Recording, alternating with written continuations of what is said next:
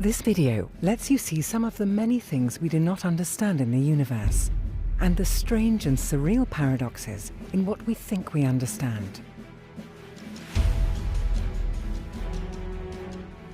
Normal matter, protons, neutrons, and electrons, make up just 5% of the universe.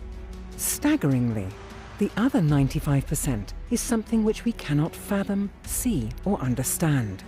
We call it dark matter, which makes up 27% of the universe, and dark energy, which makes up 68%.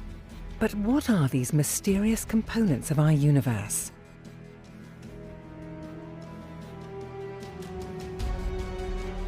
To the best of our knowledge, our universe consists of 3 dimensions of space and 1 of time. However, some scientific theories, such as superstring theory, propose additional dimensions to the universe. These additional dimensions would help us unify the mathematical bases of the 4 fundamental forces of nature: the strong nuclear force, the weak nuclear force, the electromagnetic force, and gravity. Do these higher dimensions exist? And if they do, is there a way for us to measure their presence? Or will we forever be trapped in our 4-dimensional world?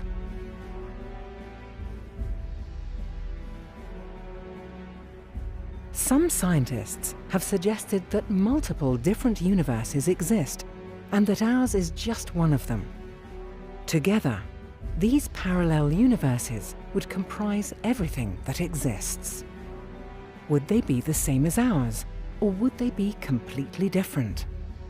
Could our universe interact with another universe? Will we ever be able to confirm their existence?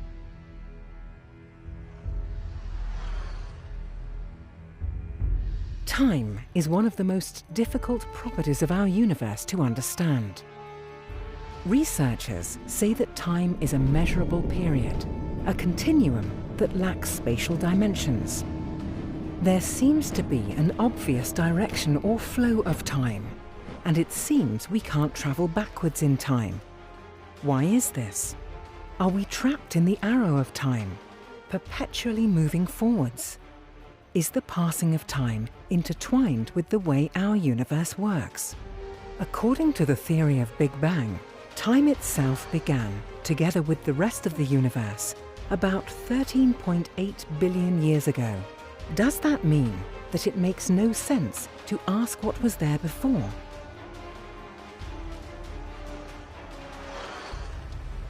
In certain situations, 2 particles can seemingly be in instant connection with each other, even if they are located at opposite ends of the universe.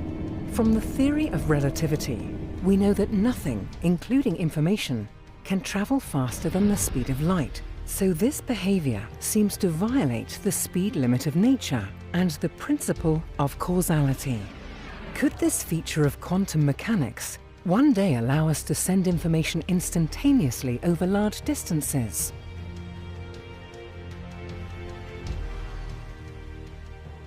There are at least 2 trillion galaxies in the observable universe, with more stars and planets in them than all the grains of sand on planet Earth.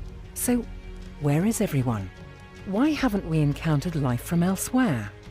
Is life incredibly rare? Or does it have a limited lifetime, destroying itself before it has had the chance to seek out other life forms? What does this tell us about the future of humankind?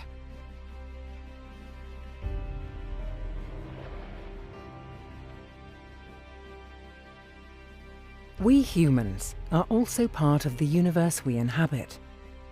So when we look out to study the stars and galaxies, are we really neutral observers of the universe? When we explore the universe, we are both observers and the subject of observation. How can we pretend to be neutral when we are deeply embedded in what we explore? Could it be that this self-reference problem affects the way we look at the universe and gives us an overwhelmingly wrong impression?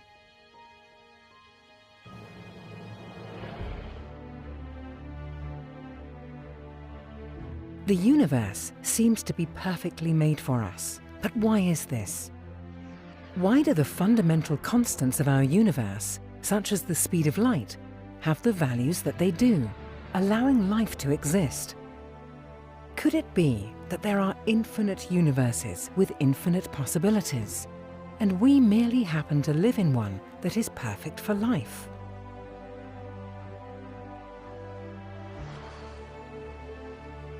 Why is it easier to destroy something than to put it back together? Entropy is the amount of disorder, chaos, or randomness in a system. One can never reduce entropy. Everything in the universe slowly moves towards disorder. It's very easy to smash a window, but impossible to put it back together exactly as it was before. The principle of entropy moves the universe from structure to chaos, from an ordered state to disorder. What does this tell us about the fate of the universe?